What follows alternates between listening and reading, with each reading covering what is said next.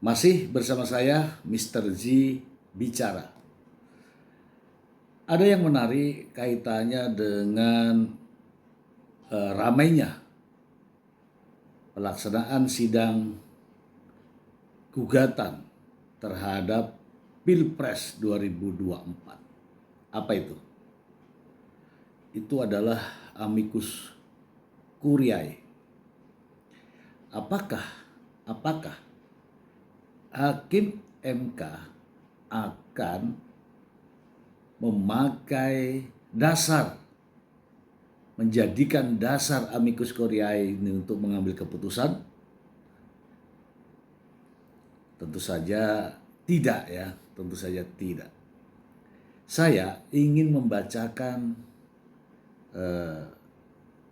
berapa banyak amicus curiae yang diajukan ke Majelis Hakim Mahkamah Konstitusi. Langsung ke sumbernya. Dari Tribun News, 14 amicus curiae sengketa Pilpres 2024 sudah didalami hakim, tapi belum tentu dijadikan pertimbangan. Tribun News.com, juru bicara Mahkamah Konstitusi MK Fajar Laksono buka suara terkait banyaknya amicus curiae dalam perkara sengketa Pilpres 2024. Diketahui telah banyak tokoh yang mengajukan amicus curiae ke Mahkamah Konstitusi, di antaranya adalah Ketua Umum PDIP Megawati Soekarno Putri, ex-Ketua Umum PP Muhammadiyah Din Samsudin, hingga ex-pentolan FPI Rizik Syihab. Ingat ya nama-nama ini ya. Fajar menyebut dari sekian banyak amicus curiae yang diajukan ke MK, 14 diantaranya telah didalami oleh hakim. Juru bicara ini pun menegaskan didalami ini bukan berarti pasti dipertimbangkan hakim dalam ambil keputusan sengketa Pilpres 2024 nanti. Karena dipertimbangkan atau tidaknya itu nanti tergantung pada keputusan masing-masing hakim. Kini hakim masih dalam tahap membaca dan mencermati amicus curiae yang diajukan ke MK. 14 amicus curiae adalah sudah didalami oleh hakim, bukan berarti akan dijadikan pertimbangan. Dipertimbangkan atau enggak itu nanti, tapi yang penting 14 amicus curiae sudah diserahkan kepada hakim dan sudah dibaca dan dicermati, ujarnya.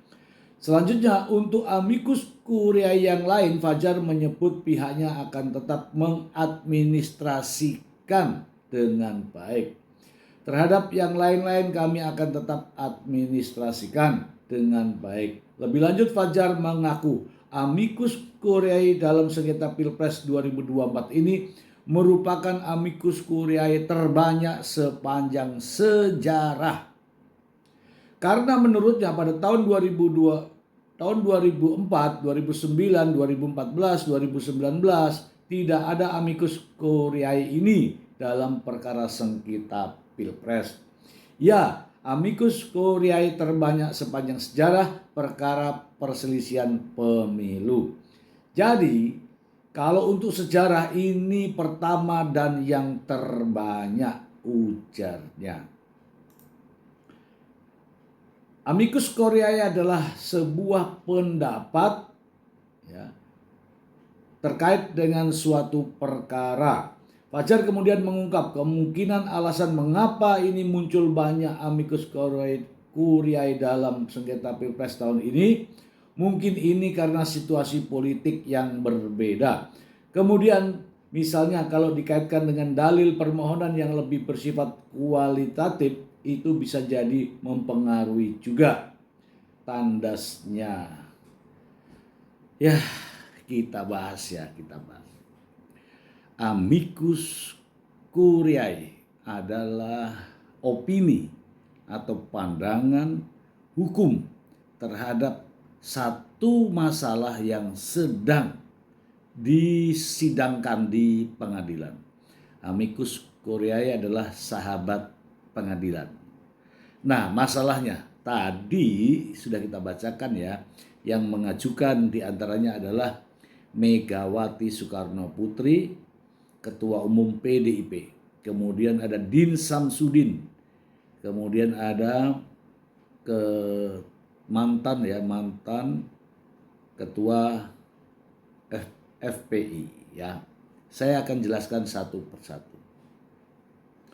Megawati Soekarno Putri membuat amicus curiae bukan pandangan hukum terhadap satu kasus yang itu dialami oleh pihak lain, tetapi justru dialami dirinya sendiri. Mengapa?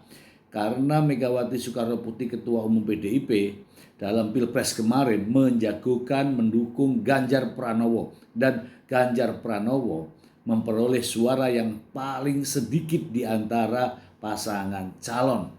Nah, kalau kalah kemudian berpandangan, ini tentu saja justru memiliki nilai apa? Nilainya adalah ada kepentingan, ya, tendensius terhadap kekalahan perkara yang ditangani oleh MK. Ya, memiliki tendensi, ada kepentingan di sana. Kemudian Din Samsudin, kemudian Ketua FPI, sama ada kepentingan sehingga membuat amicus curiae.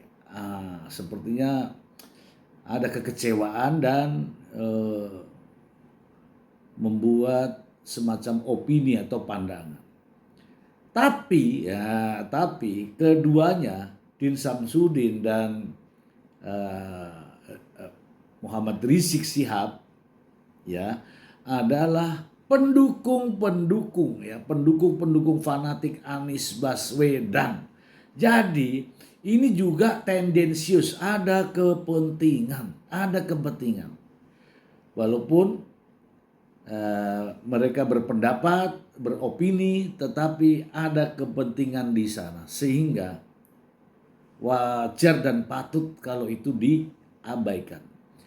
Jadi ketika ada pandangan opini terhadap perkara yang sedang berlangsung, tetapi mereka di pihak orang yang sedang berperkara, maka